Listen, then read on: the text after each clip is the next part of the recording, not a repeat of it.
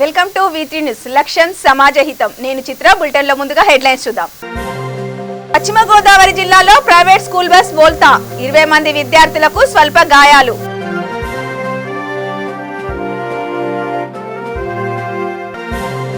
ఆదిలాబాద్ జిల్లాలో క్రికెట్ పోటీల్లో పాల్గొన్న రైతులు, ఇటుతో ఆకట్టుకున్న అన్నదాతలు.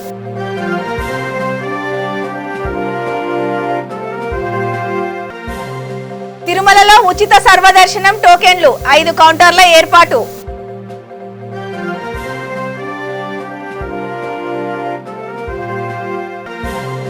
కృష్ణలంక పోలీస్ స్టేషన్ పరిధిలో స్పెషల్ డ్రైవ్, డ్రోన్ కెమెరా ద్వారా పర్యవేక్షణ.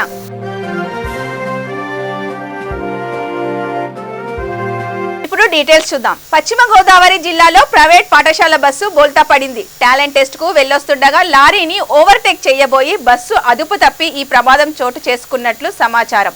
ప్రమాద సమయంలో 20 మంది విద్యార్థులు ఉన్నారని, వారందరికీ స్వల్ప గాయాలు కావడంతో వారిని తాడపల్లిగూడెం ఆసుపత్రికి తరలించారు.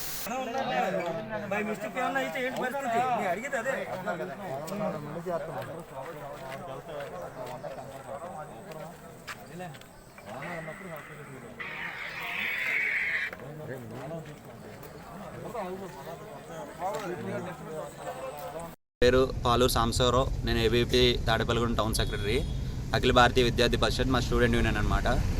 మేము చాలా రోజుల నుంచి మేము మాట్లాడేది ఏంటంటే, ప్రతి స్టూడెంట్స్ కోసం మేము పోరాటం చేస్తాం. చాలా స్కూల్స్కి, కాలేజెస్కి మేము తాడేపల్లిగూడెం చాలా యాక్టివిటీస్ చేసాము. ప్రతి ఒక్కరికి ఇదే హాలిడేస్ రోజు కూడా స్కూల్స్, కాలేజెస్ కండక్ట్ చేస్తున్నారు. ఇది కరెక్ట్ కాదు, ఇది కరెక్ట్ కాదండి, స్కూల్ ఎవరి స్వేచ్ఛ వాళ్ళకి ఇవ్వాలని చెప్పి మేము పోరాటం చేస్తున్నాము. పదే జరిగింది. డిఈఓ గారికి, ఎంఈఓ గారికి కూడా కంప్లైంట్లు పెట్టడం జరిగింది. ఆర్ఓ గారికి కూడా కంప్లైంట్లు పెట్టాం. ఇదే విధంగా చాలామందికి జరుగుతుంది. ప్రతి తాడేపల్లిగూడెంలో సిచ్యువేషను, ప్రతి కాలేజ్ కానివ్వండి, స్కూల్ కానివ్వండి, హాలిడేస్లో మమ్మల్ని ఎవరు అడుగుతారు అని విచ్చలవిడిగా వాళ్ళ క్లాసెస్ కండక్ట్ చేసుకుంటున్నారు. వాళ్ళు ఏంటండి ఇట్లా కండక్ట్ చేస్తున్నారు? పర్మిషన్స్ ఉన్నాయా? లేవు కదా. మీకు గవర్నమెంట్ నుంచి సపోర్ట్ లేదు కదా. గవర్నమెంట్ అఫీషియల్ హాలిడేస్ డిక్లేర్ చేసింది కదా.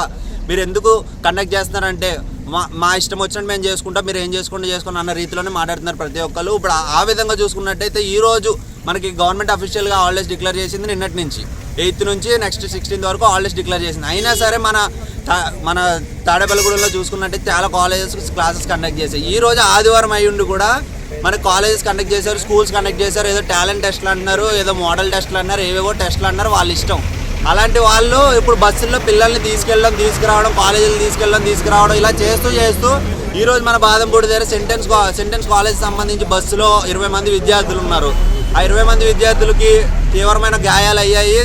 తీవ్రంగా వాళ్ళ ఫ్యామిలీలు కూడా నష్టపోయే సిచ్యువేషన్స్ ఉన్నాయి.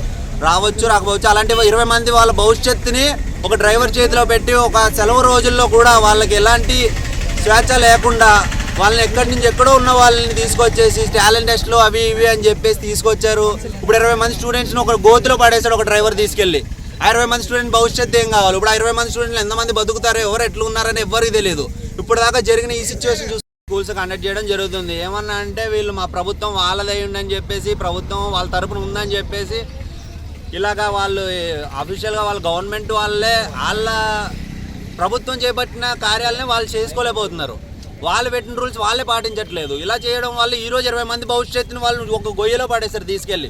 ఒక 20 మంది విద్యార్థుల జీవితాన్ని నాశనం చేసే విధంగా జరిగింది. ఈ రోజు అయితే ఒక 20 మంది విద్యార్థులు ఒక గొయ్యలో పడిపోవడం అనేది జరిగింది. బస్సులో వెళ్ళే వాళ్ళు ఇప్పుడు మనది గొయ్యలో పడిపోయిన 20 మంది సిచ్యువేషన్స్ ఎలాగుందో కూడా ఎవరికి తెలియదు. ఒక 20 మంది సిచ్యువేషన్ గవర్నమెంట్ హాస్పిటల్ తీసుకెళ్ళడం జరిగింది. వాళ్ళకి ఎలాగుంది ఏంటి అనేది ఎవరికి తెలియదు ఇప్పటిదాకా. ఇవన్నీ మనం తెలుసుకోవాలి. వాళ్ళకి ఏమైంది, అసలు దీనిపై ప్రభుత్వం స్పందించాలి. అసలు దీనిపై ఏం చేస్తున్నారు, పిల్లల్ని ఏం చేస్తున్నారు? ఈ మధ్య కాలంలో ఏమన్నా అంటే కరోనాను అడ్డం పెట్టుకొని విచ్చలవిడిగా వీళ్ళు కాలేజీలు, స్కూల్స్ కానివ్వండి, ఇవన్నీ విచ్చలవిడిగా వాళ్ళు చేసుకొని వెళ్ళిపోతున్నారు. దీనిపై ప్రభుత్వం స్పందించి దిగి రావాలి. ప్రభుత్వం పంట పొలాన్నే కాదు, క్రికెట్ మైదానాన్ని దున్నేయగలమని రైతులు నిరూపించారు. వ్యవసాయం చేయడమే కాదు, 5 పదుల వయసులలో యువతతో ఆదిలాబాద్ జిల్లా బోత్ రైతులు పోటీ పడ్డారు. సంక్రాంతి సందర్భంగా బోత్లోని లాలిచ్ మైదానంలో క్రికెట్ పోటీలు జరుగుతున్నాయి. ఆట జరుగుతున్నంతసేపు పంచెకట్టులో ఉన్న రైతులు మైదానంలో చురుగ్గా పరుగులు తీశారు. బ్యాటింగ్, బౌలింగ్, ఫీల్డింగ్ విభాగాల్లో రాణించి ప్రేక్షకులను ఆకట్టుకున్నారు.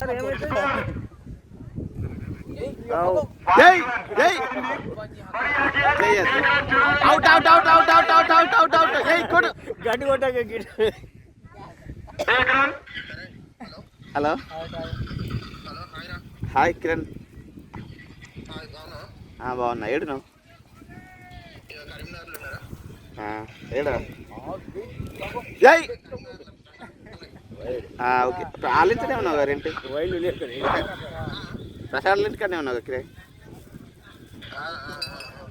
అదే మొన్న అన్నుండే నీకు ఫోన్ చేసిన ఆ రోజు కలలేదు నీది.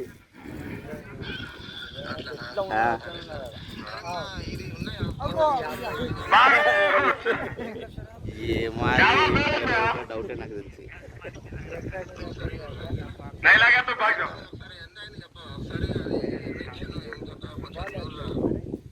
నాకు తెలిసి అసలు ఫొటోస్ ఉన్నాయి లేదా డౌట్. వీడియో ఇచ్చిన ఫొటోస్ వీడియో ఆ రోజు అల్ప డివిడీలు ఇచ్చినట్టు.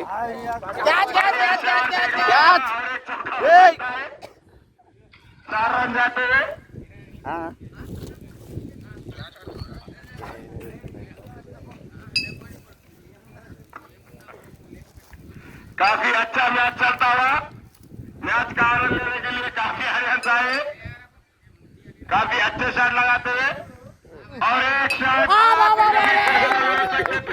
लेकिन वहां पर नॉट हो सकते. అయిపోయిందా?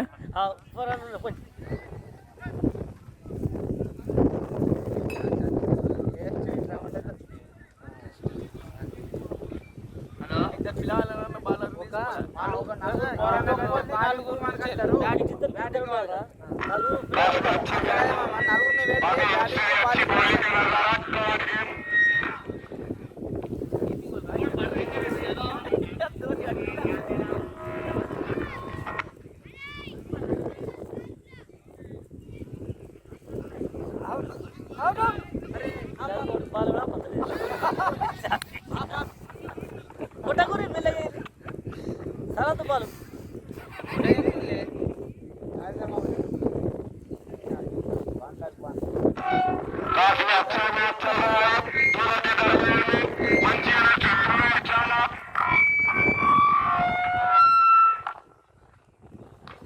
हेलो, इस मैच का आनंद लेने के लिए काफी अहम आए हुए रईतू टीम को बढ़िया गेम, बढ़िया शॉट, जबरदस्त फील्डिंग सिंगर सर की वहां पर 2 रन के लिए देखना होगा वहां पर.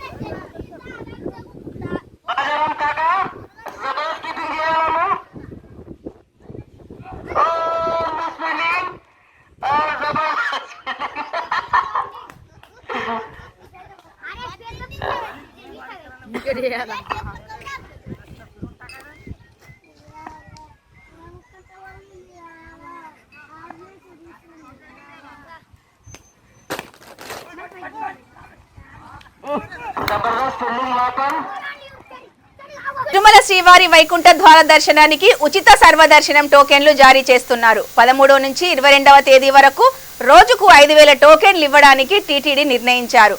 తిరుపతిలో 5 కౌంటర్లను ఏర్పాటు చేసి ఉచిత టోకెన్లను పంపిణీ చేస్తోంది. తెల్లవారుజామున కౌంటర్ వద్దకు పెద్ద ఎత్తున భక్తులు చేరుకొని టోకెన్లు తీసుకుంటున్నారు.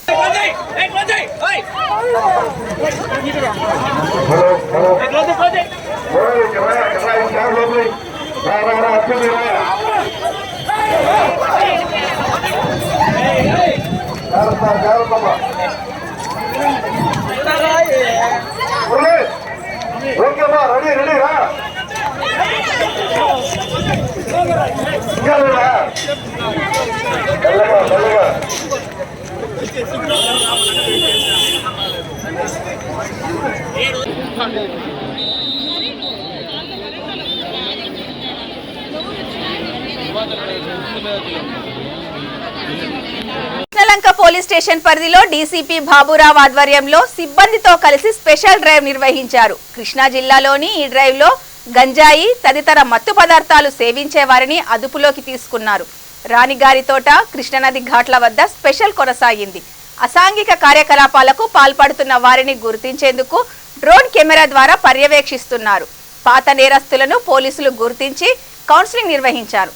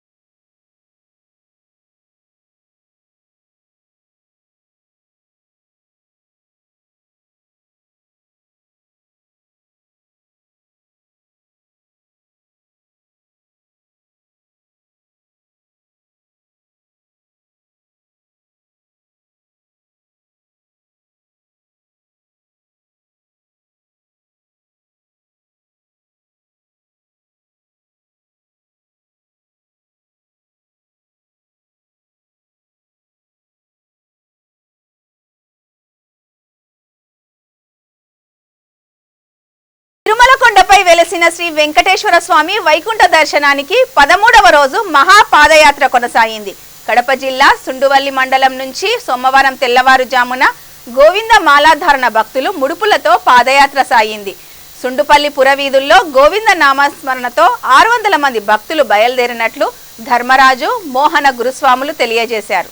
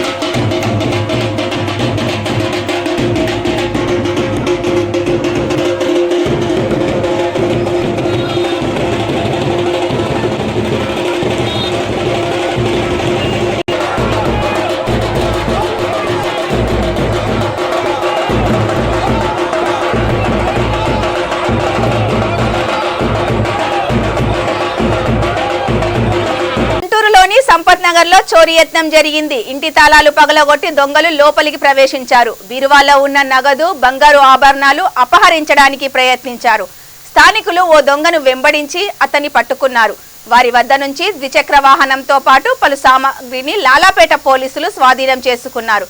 మరో 2 దొంగలు పరారీలో ఉన్నారు.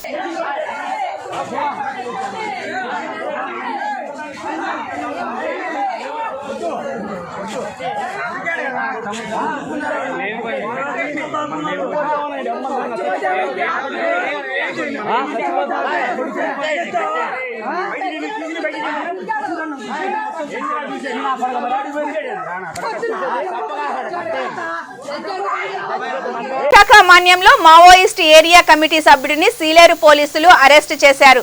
ఒడిశాలోని మల్కాన్గిరి జిల్లా చిత్రకొండ బ్లాక్ పాలెం గ్రామానికి చెందిన సింగ్రు 22 సంవత్సరాల క్రితం మావోయిస్ట్ పార్టీలో చేరారు. సుందర్రావుపై 70 కేసులు నమోదైనట్లు పోలీసులు తెలిపారు.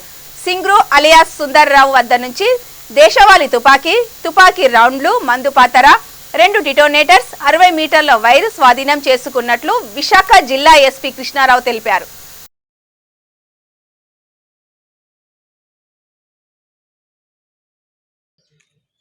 తెలంగాణ రాష్ట్రంలో ఒక్కసారిగా వాతావరణం మారిపోయింది. రాష్ట్ర వ్యాప్తంగా అక్కడక్కడ వర్షాలు కురుస్తున్నాయి. ఆదివారం కొన్ని ప్రాంతాల్లో వర్షాలు కురిశాయి. అత్యధికంగా కొమరం భీం జిల్లా కెరమోరిలో 36 మిల్లీమీటర్లు, నార్నూల్లో 27 మిల్లీమీటర్లు, బరంపూర్లో 22 మిల్లీమీటర్ల వర్షం కురిసింది. నిర్మల్ జిల్లా బైన్సా డివిజన్లో అక్కడక్కడ వర్షం పడింది. ఉదయం నుండి పొగతో చల్లబడిన వాతావరణం ఒక్కసారిగా మారింది. చిరుజల్లులతో వర్షం కురవడంతో వాతావరణం చల్లబడింది.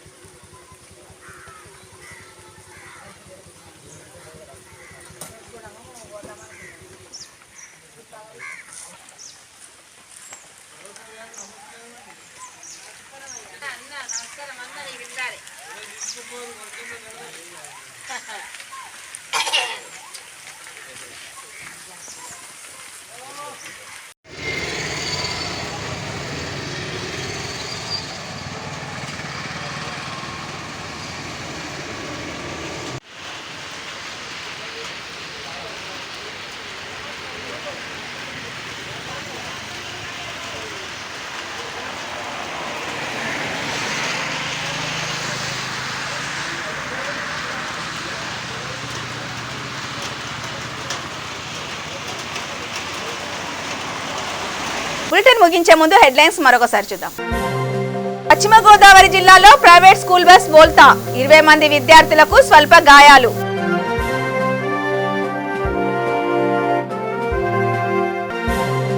ఆదిలాబాద్ జిల్లాలో క్రికెట్ పోటీల్లో పాల్గొన్న రైతులు, వీటితో ఆకట్టుకున్న అన్నదాతలు.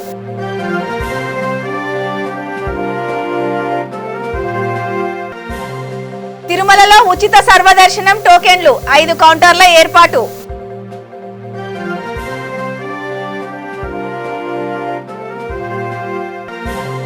కృష్ణలంక పోలీస్ స్టేషన్ పరిధిలో స్పెషల్ డ్రైవ్, డ్రోన్ కెమెరా ద్వారా పర్యవేక్షణ.